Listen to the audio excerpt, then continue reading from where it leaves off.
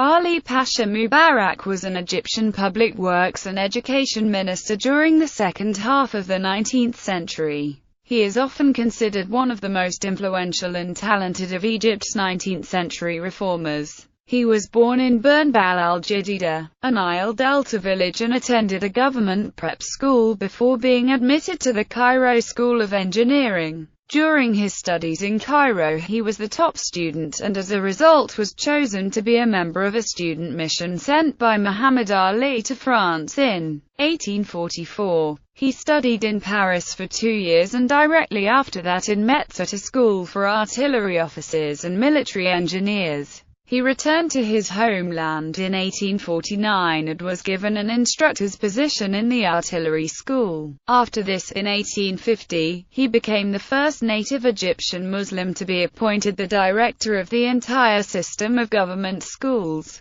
This marked the beginning of his rich career of public service that spanned nearly 4 decades and included appointments as head of the Ministries of Education, Public Works, and Railways. Ali Mubarak is known for his contribution in the reconstruction of Cairo's landscape and for founding Egypt's modern educational system. His most famous work is titled Al-Khatat al-Tawfiqiyya al-Jadida, which provides a detailed, street-by-street description of Egypt's major cities and villages. He also contributed to the start of the Egyptian National Library and Archives around 1870, which is one of the largest and oldest government libraries. Early life. Ali Mubarak was born in Bernbal al-Jadida in the Dakhlia province in the Nile Delta in 1823. Ali Mubarak did not come from a wealthy family, however, he was a part of the Mashayikh family that was known to produce the local Qadi, Imam, and Khatib. The situation of his family would indicate that Ali Mubarak would pursue a career as a religious figure for his rural community. During his youth, Ali Mubarak studied at many different schools and worked for different government clerics. Early education and apprenticeships. After studying under the instruction of his father during his early childhood, Ali Mubarak spent 2 years studying with a faqih. This schooling experience stayed with him for most of his life. In his later years, Ali Mubarak wrote about his fear of beatings by his teacher. He never attended school without a small gift that he could give to his teacher to avoid beatings. After 2 years of instruction under the faqih, Ali Mubarak refused to return to the school because he did not wish to become a faqih. He left the school in the hopes of working under the local khatibs. Ali Mubarak had 2 apprenticeships under 2 different khatibs. Both apprenticeships ended poorly. He quit his first apprenticeship because he was maltreated, and he was dismissed from the second apprenticeship because he spoke out against his master's reception of gifts. He then returned home to study under his father for a year before he began a third apprenticeship under a local government clerk. After working under the clerk for 3 months, Ali Mubarak still had not received his promised salary. After taking his owed salary from funds collected by the local official, Ali Mubarak was imprisoned for theft. It was during his short imprisonment that Ali Mubarak first voiced his dissatisfaction with the lack of Egyptians in the Egyptian government. Egypt was still very much a part of the Ottoman Empire at this point in time. Although Egypt was a fairly autonomous region under Muhammad Ali, the majority of officials in the Egyptian government continued to be Ottoman Turks until the mid-1800s. Ali Mubarak was determined to change the system and then aspired to attend a new modern school in Cairo where students were taught Turkish, arithmetic, and writing. In 1836, Ali Mubarak finally achieved his goal and enrolled in the Qasr al-Aini school, where he dreamed about the fine dress of the students and the school's fine academic reputation. He soon realized, however, that the school did not measure up to the standards he had set for it. Ali Mubarak believed the school to be poorly organized with insufficient accommodations for the student body. After attending Qasr al-Aini for a year, Ali Mubarak and his schoolmates were moved to Abu Zabal while their former school was transformed into a medical school. At the new school, Ali Mubarak was able to focus more of his attention on his studies as opposed to the military drills taught at Qasr al-Aini. Ali Mubarak was still not pleased with the teaching style. He was very critical of the school's emphasis on memorization of material. French education. In 1844, Ali Mubarak was chosen to accompany the royal princes as they polished their education in France. Ali Mubarak spent 2 years studying in Paris, then 2 years studying at the military academy in Metz, and then spent a year studying with the French army. Ali Mubarak was summoned back to Egypt in 1848 and was awarded the military title of Pasha because of his education with the French military. He was asked to teach at the Tura Artillery School. Government work. Ali Mubarak is highly regarded because he was one of the first native-born, Arabic-speaking, Muslim Egyptians to hold a prestigious government position.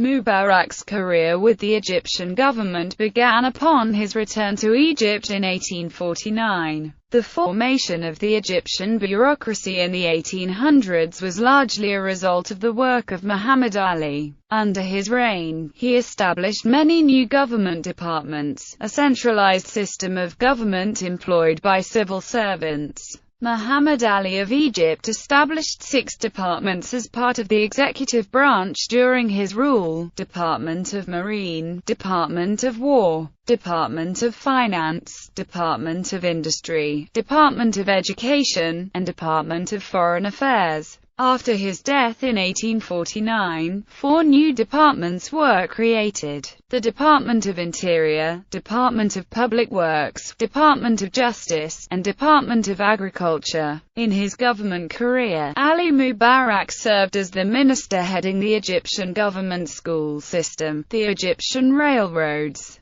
and design and implementation of ambitious urban construction programs in Cairo, and the design and establishment of major irrigation projects. Department of Education. When Ali Mubarak returned to Egypt from his schooling in France in 1849, he was given the task to reorganize the public school system under Khedive Abbas I. Ali Mubarak was awarded the position of director of the government education system. He remained in that position for 4 years and was responsible for introducing many education reforms. Under Abbas, Ali Mubarak and his 2 friends and colleagues, Hamad Abdal, and Ali Ibrahim, were assigned to study the engineers in the irrigation department and the teachers in the government schools, because Abbas believed them to be unqualified to hold such positions. After their review of the teachers and engineers, Abbas commissioned the 3 men to create an economic plan for the government education system. Ali Mubarak formulated a budget for the Department of Education that significantly cut spending. His proposal was approved in 1850 by Abbas and he was promoted to the position of colonel. In addition to improving efficiency in the Egyptian education system, Ali Mubarak wanted to create an environment where students were inspired to be a part of the Egyptian nation and to encourage students to pursue education in modern technology. He used his past experience as a student to identify situations that needed to be addressed. One of Ali Mubarak's major projects was increasing the availability of textbooks to Egyptian students. He helped establish a movable type printing press and started a campaign to translate European textbooks into Arabic and print and distribute the textbooks to Egyptian students. Ali Mubarak also set out to improve the welfare of students by improving their food, clothing, and instruction environment. In his opinion, teachers should have a fatherly role in the eyes of their students in order for education to be the most effective. When Ishmi ascended to rule Egypt in 1863, Ali Mubarak was one of the first men called to help reorganize the government systems. Under Ishmi, the government passed the Organic Law for Egyptian Education, which led Egypt down the road of nationalizing the education system. As a result of this law, enrollment in modern Egyptian schools increased from 1,399 to 4,445 students between 1867 and 1978.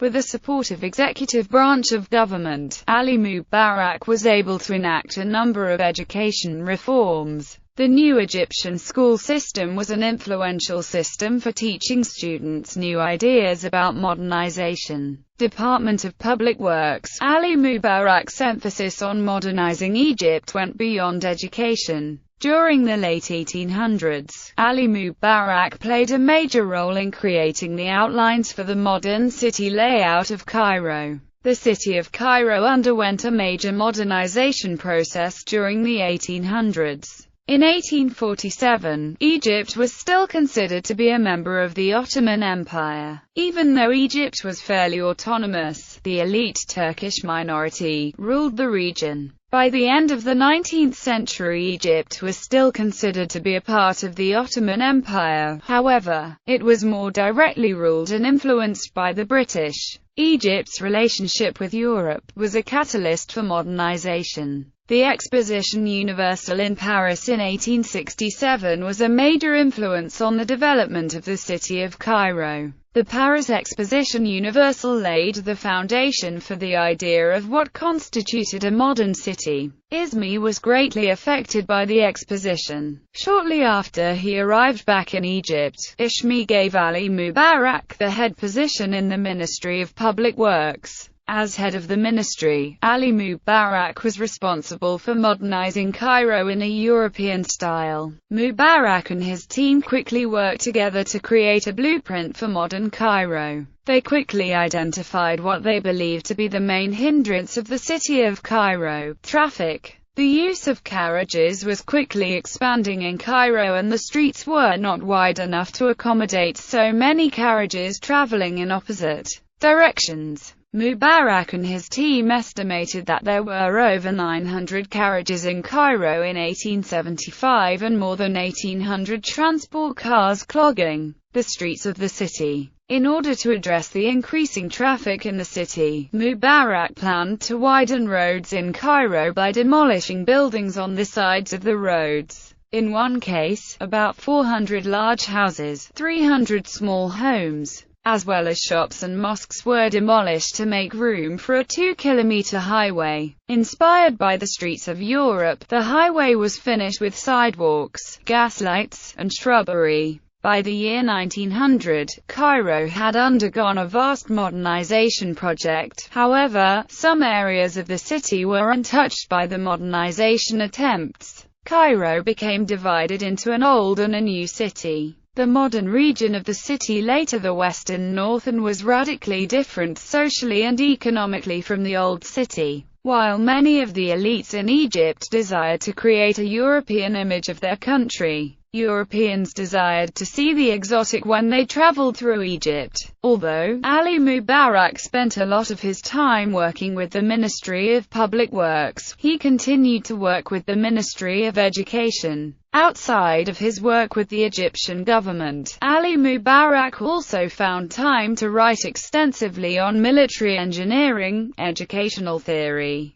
as well as writing an encyclopedia called Al-Qatat al-Tawfiqiyya, Writings. Ali Mubarak is considered by many to be pioneer among Egyptian historians because of his influential writing. He cited new scientific research and draws upon European research in his work, which is completely written in Arabic. Ali Mubarak is perhaps most well known for his completion of the 20-volume Al-Qatat al-Tawfiqiyya in Al-Qatat. Ali Mubarak gives a historical and topographical description of Cairo. He gives a very detailed description of the locations of the buildings and streets of Cairo. However, in addition to classifying and ordering the locations of Cairo, Ali Mubarak also provides a commentary on institutions in Cairo. In organizing Al-Qatat, Ali Mubarak organized the history of Cairo into dynasties. He saw the development that Cairo experienced in the second half of the 19th century as positive progress while criticizing the state of the city when it was under Ottoman rule. In his opinion, the Ottomans did not take sufficient care of the city when they controlled most of the government. Streets, buildings, and squares were not adequately taken care of, resulting in copious amounts of dust and odors overtaking many parts of the city. Mubarak believed this to be a health concern and emphasized the need for modern city throughout his writings. Ali Mubarak's interest in ancient Egypt during the late 19th century. Egypt experienced a reawakening of interest in the history of ancient Egypt. Egyptian intellectuals worked to integrate European sciences with the study of ancient Egyptian history. They hoped that by using science to explain ancient Egyptian civilization, a sense of pride and positive understanding could be fostered amongst Egyptians for their unique history. The scholars also hoped to illustrate the progress that Egypt experienced over its long history. Many Egyptians viewed the pharaohs and the physical remnants of their kingdoms as sacrilegious objects. Ali Mubarak encouraged seeking knowledge of Egypt's past. He believed that everyone should be knowledgeable about the history of his or her community. He believed that ignorance and indifference of the lives of a community's ancestors cannot foster positive growth for the future. It is only possible for a country to grow together by sharing and appreciating the past. As more intellectuals studied Egypt's ancient history and wrote and spoke about it, the past became a source for nationalistic sentiments. Al-Khattat. Ali Mubarak was a major contributor to the process of creating sentiments of nationalism in Egypt through his active role in the public sphere and his many publications in Arabic. Ali Mubarak published work in a number of magazines, journals, and books and covered topics from science, education, justice, translations, and political commentaries. However, his most famous work is Al-Khattat al-Tawfiqiyya al-Jadida. Al-Khattat is a 20-volume work that contains information on the geography, topography, and history of Egypt. It brought together information on literature, history and science in an encyclopedic format.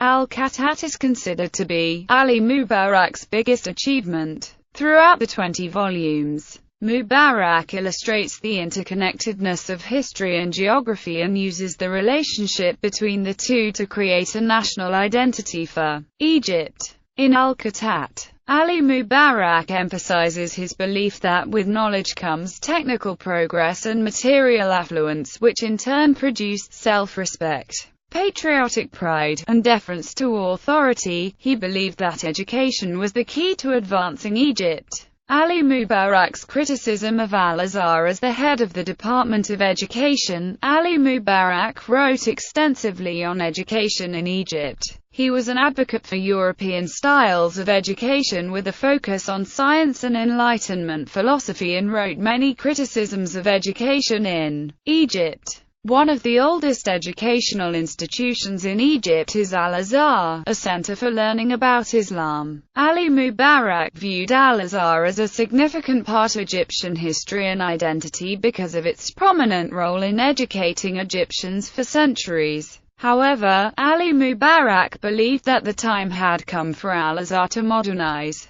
With the reforms undertaken by the Egyptian government during the 19th century, Ali Mubarak thought that it was only to be expected that Al-Azhar modernized as well. Ali Mubarak was very critical of the traditional education system that Al-Azhar used. The old traditional system did not require students to take exams and did not have a formal system to determine who graduated from Al-Azhar. Students who wished to become teachers at Al-Azhar studied under a teacher until they were thought to be ready to begin teaching to a class. There was no method in place to monitor the academic progress of the students. Learning was entirely dependent on the motivation of the university students. Ali Mubarak highly regarded the spiritual lessons offered by Al-Azhar but believed that the lack of structure in the university fostered undisciplined behavior, immorality, pride and pettiness, and the structure needed to be reformed to recreate and mold the moral identity and personality of the modern state of Egypt.